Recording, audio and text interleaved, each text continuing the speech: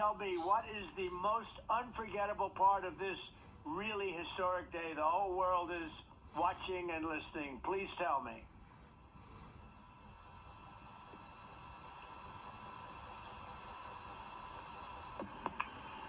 President, this call is certainly special to all of us, and we really have a lot of faith in our administrator, Jared Isaacman, who is with you. We appreciate his leadership in NASA and in the international community. We are doing great things, and we are proud to be a part of. I have to tell you, as we came around the near side of the moon, seeing all the sights that we've seen from Earth for all of our lives, but we're seeing them from a different perspective, and then we started to get a glimpse of the and we saw sites, oriental sites that no human has ever seen before, not even in Apollo, and that was amazing for us. And then the surprise of the day, we just came out of an eclipse where the sun, moon, and the entire dark moon, about that big, right out the window that we were watching. We could see the corona of the sun, and then we could see the planet train line up, and at Mars, and all of us commented how excited we are to watch this nation and this planet become a two-planet species. What you just heard there was actually from the astronauts that were in the Artemis II shuttle. The communication wasn't the greatest when they were talking with President Trump. They were often cut off a lot because at one point they did lose communication completely, and that's a scary thing to think about. Yes, it is I, the Robozoid, your semi-likable and occasionally tolerable curmudgeon of both the Rumble and YouTube airwaves, as we are talking about pretty much mission accomplished with the Artemis II flight as it made its run around the moon. I believe it actually did break some record. I think it broke the record of the Apollo 13 or something like that. But nevertheless, they did lose communication for a little while, and that is a scary thing, because if you don't have contact with NASA, well, you could be in serious trouble. Now, because they did go pretty far out into the solar system as they were traveling around the moon and saw the dark side of the moon, which there really is no dark side of the moon. As a matter of fact, it's all dark. A little Pink Floyd reference for you there. But in any case, communication was very, very tough, and I guess this is how things actually played out, as you'll listen to one of the astronauts here. Take a listen. Remind you of one of the most important mysteries there on Earth, and that's love. Christ said in response to what was the greatest command, that it was to love God with all that you are. And he also, being a great teacher, said the second is equal to it, and that is to love your neighbor as yourself. And so, as we prepare to go out of radio communication, we're still to feel your love from Earth, and to all of you down there on Earth and around Earth, we love you from the moon.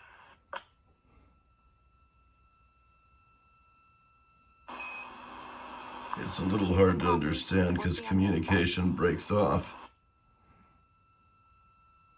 That's why you hear that hideous buzzing noise. We will see you on the other side. Houston, we have you the same, and it is so great to hear from Earth again. To Asia, Africa, and Oceania, we are looking back at you. We hear you can look at... I mean, take this moment in because we are experiencing history together. Because breaking just moments ago, the crew of Artemis II was no longer in a comms blackout, making contact with NASA again after about 40 minutes of silence.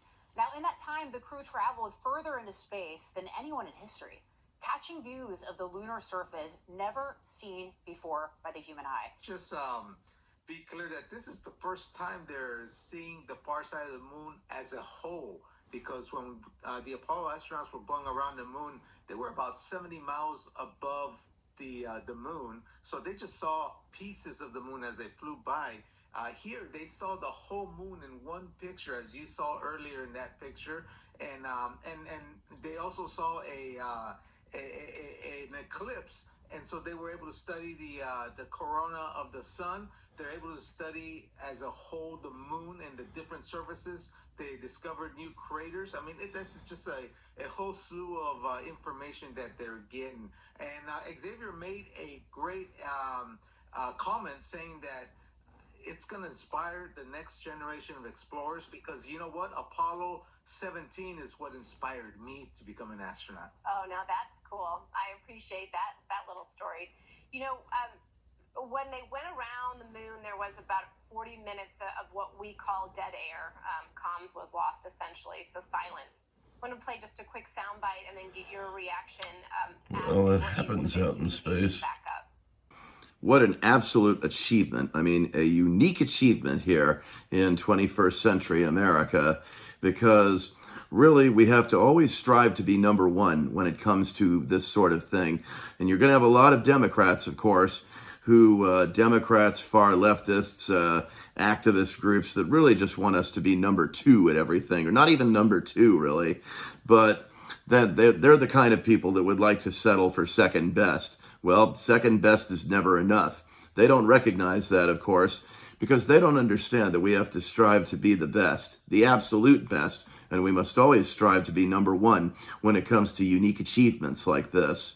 I mean, you've had great philosophers and scientists over the years, decades, and centuries, Newton, Einstein, all of them, who have made great contributions and achievements. And, well, quite frankly, now you've got leftists who have no idea who Newton and Einstein are, that quite honestly, they want us to be second best. They want us to take a backseat to other countries. And this is something we're going to get into as we wrap up this video. But first, we got to play this clip, speaking of which, in which CNN's own Shabby Phillip, of course, has to basically poo-poo the entire, not the Artemis flight, but you have one experienced astronaut, a veteran really, who has so much knowledge of our past space travel and accomplishments. But, of course, Shabby Phillip does not want to give Trump any credit for any of this. Nope. She just wants to give sole credit to this one man here, even though he's humble enough to say, I don't deserve it. So, without further ado, let's get right into that. In your view, Clayton, does President Trump deserve credit for, he said today, of course he deserves credit. He was given a choice to shut NASA down or keep it going. Do you think he deserves any credit for keeping it going? Now, hold on a minute here. Hold on. I got to chastise Shabby Phillip on everything she doesn't know. The thing is, it was actually Obama who grounded NASA. He scrapped NASA, and our astronauts had to piggyback with Russian cosmonauts because of Obama. So yes, Trump should keep NASA going. What kind of stupid question is that? A little while later, administration deserves credit. All the people that are involved, picking Mr. Isaacman, the politics of it, to me, is kind of fluff. I think that the key thing is that we're doing it. And the question was fluff. Efforts of a lot of different people. It takes appropriate budget money, as we all know. We hope that the budget money will continue to be there, because it will be required for us to get to Artemis 3 and then Artemis 4. So, everybody's taking credit. I'm taking credit by being on your show and saying, hey, I was an astronaut for a while. I lived on the space station. Give me some credit, So it's kind of it's a humanitarian success. 167 days in space, you will get all the credit, my friend. Thank you for that. Thank you for your service. Clayton Anderson, thank you very much. Yes. You see, Crabby Phillip honestly thinks that Trump doesn't deserve any credit for any of this, but that only the astronauts should get all the credit. I mean, they deserve some of the credit, absolutely. I mean, they were brave enough to actually, and bold enough to actually step into that shuttle, to step into the Artemis II and go up into space. But really, Trump deserves the credit, most of the credit, because he's the one who brought NASA back. He brought NASA back to greatness. He made NASA great, all on the process of making America great again, and hopefully making everything great again. But you got Crabby Phillip here, or Shabby Phillip, who just doesn't want to give Trump any credit because she is so Trump deranged. I mean, her TDS level is probably at that level, maybe even higher. I mean, I can't extend my arm that high. But nevertheless, she doesn't want to give him any credit because Trump achieved this, Trump accomplished this, and as I had mentioned just a minute ago, It was Obama who scrapped NASA. He grounded NASA, and we had to piggyback with Russian cosmonauts all throughout his 8 years of terror. Not to mention that Biden was no different. He didn't believe in American exceptionalism either. So he wanted us to be nothing more than second or third best.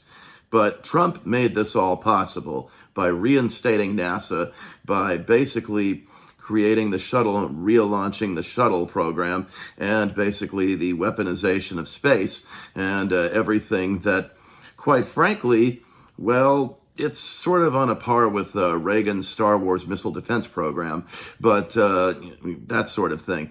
But, you know, Crabby Phillip, she doesn't want to give Trump any credit, just like none of the vermin over at CNN or PMS Now or any of the alphabet soup networks or these dopey activist groups that just hate Trump because they can't come up with a clear reason for why they hate him. They just fucking hate him for whatever reason. I mean, quite honestly, I find that to be personally sick and demented.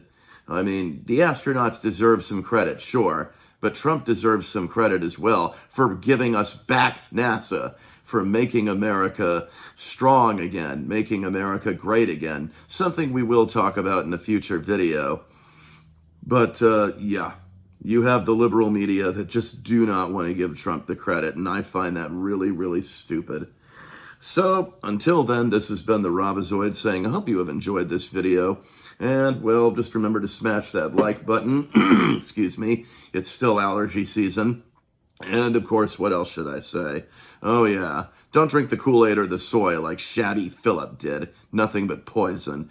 And, of course, wokeness is weakness. And, yeah, what else? Be here or be absolutely nowhere else. This has been the Robozoid.